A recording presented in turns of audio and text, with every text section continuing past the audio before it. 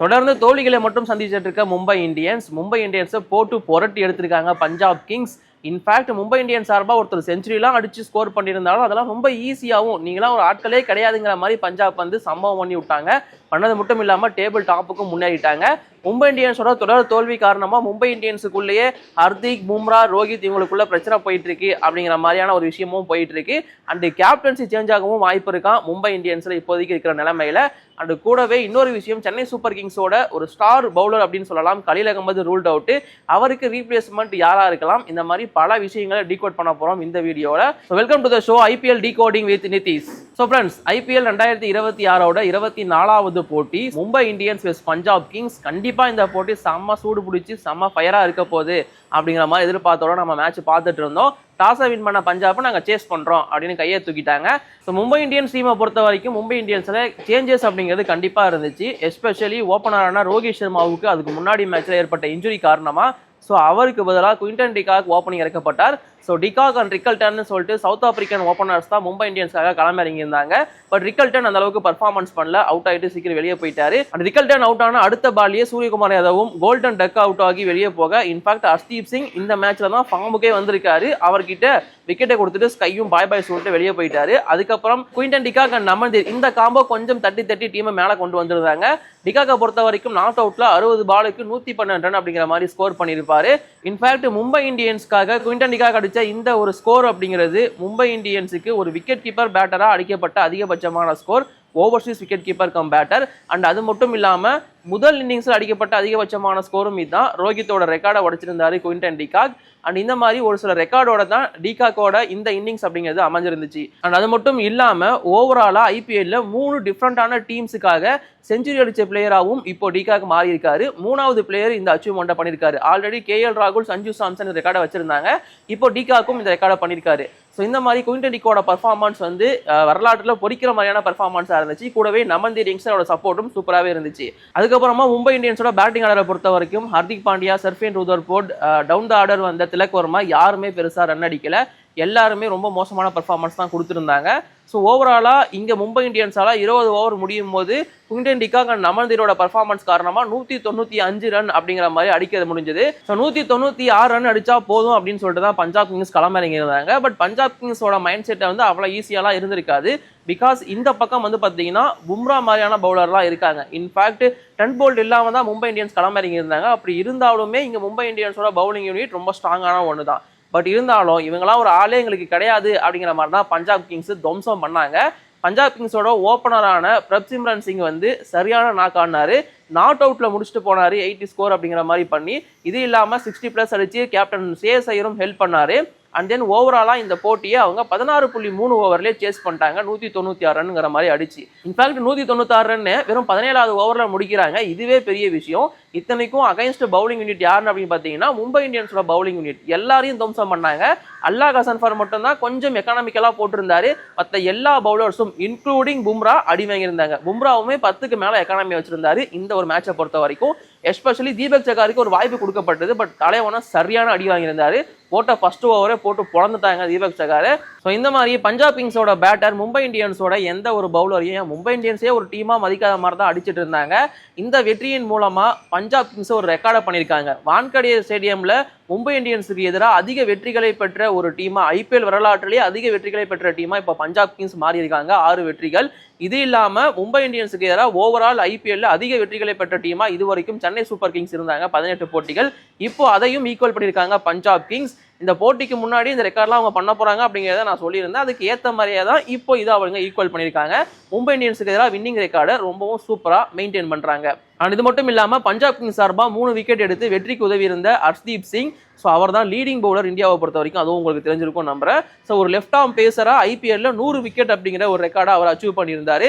இது மட்டும் இல்லாமல் இந்த போட்டியில எடுத்த 3 விக்கெட் காரணமா அவர் பிளேயர் ஆஃப் த மேட்ச் அவார்டும் வாங்கியிருந்தாரு. ஓவராலா பஞ்சாப் கிங்ஸ் இந்த போட்டியை வின் பண்ண காரணமா 5 போட்டிகளும் அன்பீட்டனா இருக்காங்க. அண்ட் இப்போ டேபிள் டாப்புக்கும் முன்னேறி இருக்காங்க. டேபிள் டாப்ல இருக்கிற 3 team like Punjab Kings, Rajasthan Royals and RCB 3 பேருமே 5 போட்டிகளில் 4 வின் பண்ணியிருக்காங்க.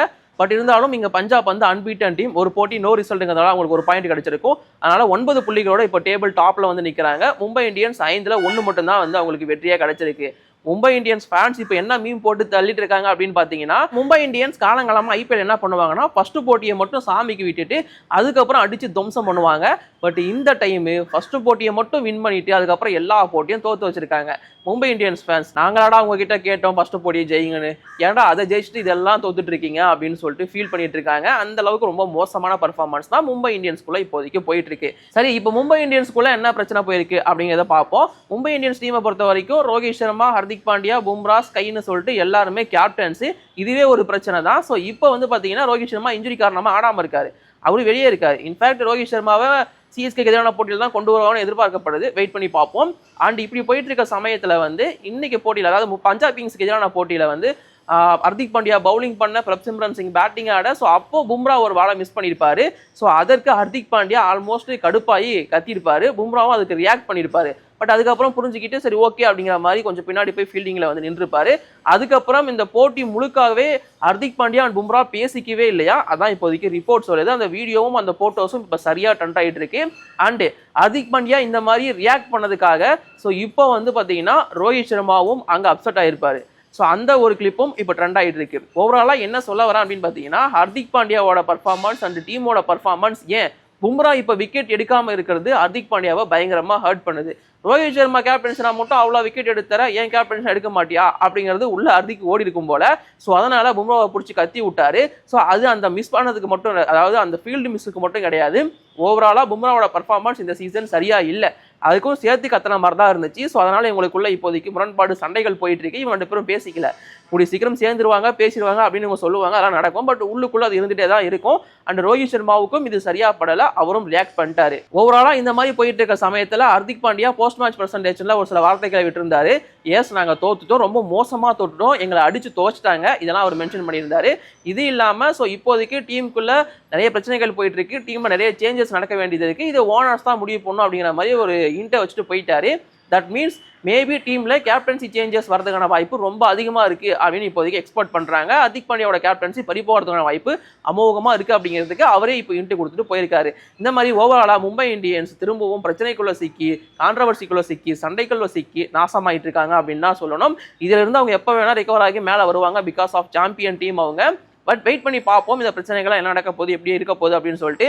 ஸ்கையோட ஃபார்மும் இந்த சீசன், திலக்வர்மாவோட ஃபார்மும் இந்த சீசன் ரொம்ப மோசமா இருக்குங்கிற காரணத்தினால அடுத்து அயர்லாந்துக்கு போக போற T20 ஸ்குவாட்ல வந்து பாத்தீங்கன்னா இவங்க ரெண்டு பேருமே இருக்க போறது கிடையாது. ஸ்ரேயஸ் ஐயர் தான் டீமை லீட் பண்ண போறாரு இந்தியன் டீம் அப்படிங்கிறதுக்கான ஒரு ரூமரும் போயிட்டு இருக்கு. இதெல்லாம் எந்த அளவுக்கு சாத்தியம் அப்படிங்கிறதெல்லாம் நம்ம பொறுத்திருந்தா பார்த்து தெரிஞ்சுக்கணும். ஸோ இது Mumbai Indians and Punjab Kings போட்டியோட குயிக்கான decoding and analysis and review எதனா வச்சுக்கோங்க. இதை அப்படியே வச்சுட்டு இப்போ சிஎஸ்கேக்குள்ள வருவோம். சென்னை சூப்பர் கிங்ஸ் இப்போதைக்கு ஓரளவுக்கு நல்ல பர்ஃபார்மன்ஸ் கொடுத்துருக்காங்க. 5 போட்டிகளில் 2 வின்னு, ஃபர்ஸ்ட் 3 தொடர்ந்து தோல்வி, அதுக்கப்புறமா 2 தொடர்ந்து வின்னு. கண்டிப்பா அது கலீல் அகமதுக்கு ஒரு நல்ல கிரெடிட்ஸ் கொடுக்கணும், ஏன்னா அவர் தான் பவுலிங் ஓப்பன் பண்ணி ஃபினிஷ் பண்ணி வைக்கிறாரு. பட் இருந்தாலும் இங்க கேகேஆருக்கு எதிரான போட்டியில வந்து அப்படியே காலை பிடிச்சிட்டு தலைமை அப்படியே ஃபீல்டை விட்டு வெளியே போனாரு. சரியாயிட்டு அடுத்த போட்டி வந்துருவாருன்னு எல்லாருமே எதிர்பார்த்துட்டு இருந்தாங்க. பட் இப்போ வந்து பார்த்தீங்கன்னா ஸோ ரைட் குவாட் ஸ்ட்ரீப்ல வந்து பெரிய இன்ஜுரி அப்படின்னு சொல்றாங்க. இந்த இன்ஜுரி ரிகவர் ஆகிறதுக்கு 8 to 10 வாரங்கள், அதாவது 2 மாசம் மினிமம் தேவை அப்படிங்கிறத சொல்லியிருக்காங்க. மினிமம் 2 மாசம் அப்படின்னா ஸோ அவரால் ஐபிஎல் கண்டிப்பாக ஆட முடியாது இதுக்கப்புறம் ஒரு போட்டி கூட. ஸோ அதனால அஃபிஷியலாக அனௌன்ஸ் பண்ணிட்டாங்க சென்னை சூப்பர் கிங்ஸ் அவர் ரூல்ட் அவுட்னு சொல்லிட்டு. இப்போ அவருக்கு பதிலாக யாரை ஆட வைக்க வாய்ப்பு இருக்கு அப்படிங்கிற ஒரு கேள்வி இருக்கு. எஸ்ஆர்ஹெச் போட்டிக்கு வந்து பார்த்தீங்கன்னா ஸோ மேபி இந்த 2 பேர்ஸுக்கு வாய்ப்பு இருக்குன்னு சொல்லலாம். கலீல் அகமதோட லைக் டு லைக் ரீப்ளேஸ்மெண்ட்டாக இருக்கிற முகேஷ் சௌத்ரி ஆல்ரெடி ரொம்ப காலமாக டீமில் இருக்காரு. அண்ட் கூடவே ஆல்ரெடி ருத்ராஜ் கேப்டன்சியில் டொமஸ்டிக்காக இருந்தாலும் சரி, ஐபிஎல் இருந்தாலும் சரி ஆடின எக்ஸ்பீரியன்ஸ் அவருக்கு இருக்கு. அதனால இப்போதைக்கு முகேஷ் சௌத்ரி தான் first choice like to like replacement Khaleel அகமதுக்கு அடுத்த போட்டியை பொறுத்த வரைக்கும் ஸ்குவாட்ல இருந்து. இது இல்லாட்டி ரொம்ப நாளாக எல்லா ஃபேன்ஸும் கேட்டுட்டு இருக்க ராமகிருஷ்ணா கோஷ், நல்ல ஸ்பீடு போடக்கூடியவர், நல்லா பேட்டிங்கில் ஹிட் பண்ணக்கூடியவர், அண்டு நம்ம ருத்ராஜ் கேப்டனோட செல்ல பிள்ளையும் கூட. ஸோ அந்த ராமகிருஷ்ணா கோஷுக்கு ஒரு சின்ன வாய்ப்பு கிடைக்குமா அப்படிங்கிற எக்ஸ்பெக்டேஷன் இருக்கு. ஸோ இவங்களாம் இந்த 2 பேர்ல ஒருத்தர் அவரை ரீப்ளேஸ் பண்ணுவாங்க டீம்ல இருந்து அப்படின்னு சொல்றாங்க. பட் ஓவராலா சீசனுக்கு ரீப்ளேஸ்மெண்ட்டா வெளியிலிருந்து பிளேயர் எடுக்கணும் அப்படின்னா அதற்கான ஆப்ஷன்ஸ் அப்படின்னு பார்க்கும்போது ஃபர்ஸ்ட் சாய்ஸா ஆகாஷ் மதுவால சிஎஸ்கே எடுக்க போறாங்க. அது ஆல்மோஸ்ட் கன்ஃபார்ம். ஆகாஷ் மதுவால் தான் சிஎஸ்கேல வந்து அடுத்து ஆட போறாருங்கிற ஒரு டாக்குமே இருக்கு. இது இல்லாம சேட்டன் சக்காரியா, கமலேஷ் நாகர்கோட்டி, சிமர்ஜீத் சிங், ஆல்ரெடி ஆடின ராஜவர்தன் அங்கரேக்கர் மாதிரியான பிளேயர்ஸோட நேமும் லிஸ்ட்ல இருக்கு. இது இல்லாம ரவி அஸ்வின், முன்னாள் இந்தியன் பிளேயர், முன்னாள் சிஎஸ்கே பிளேயர், முன்னாள் ஐபிஎல் பிளேயர்.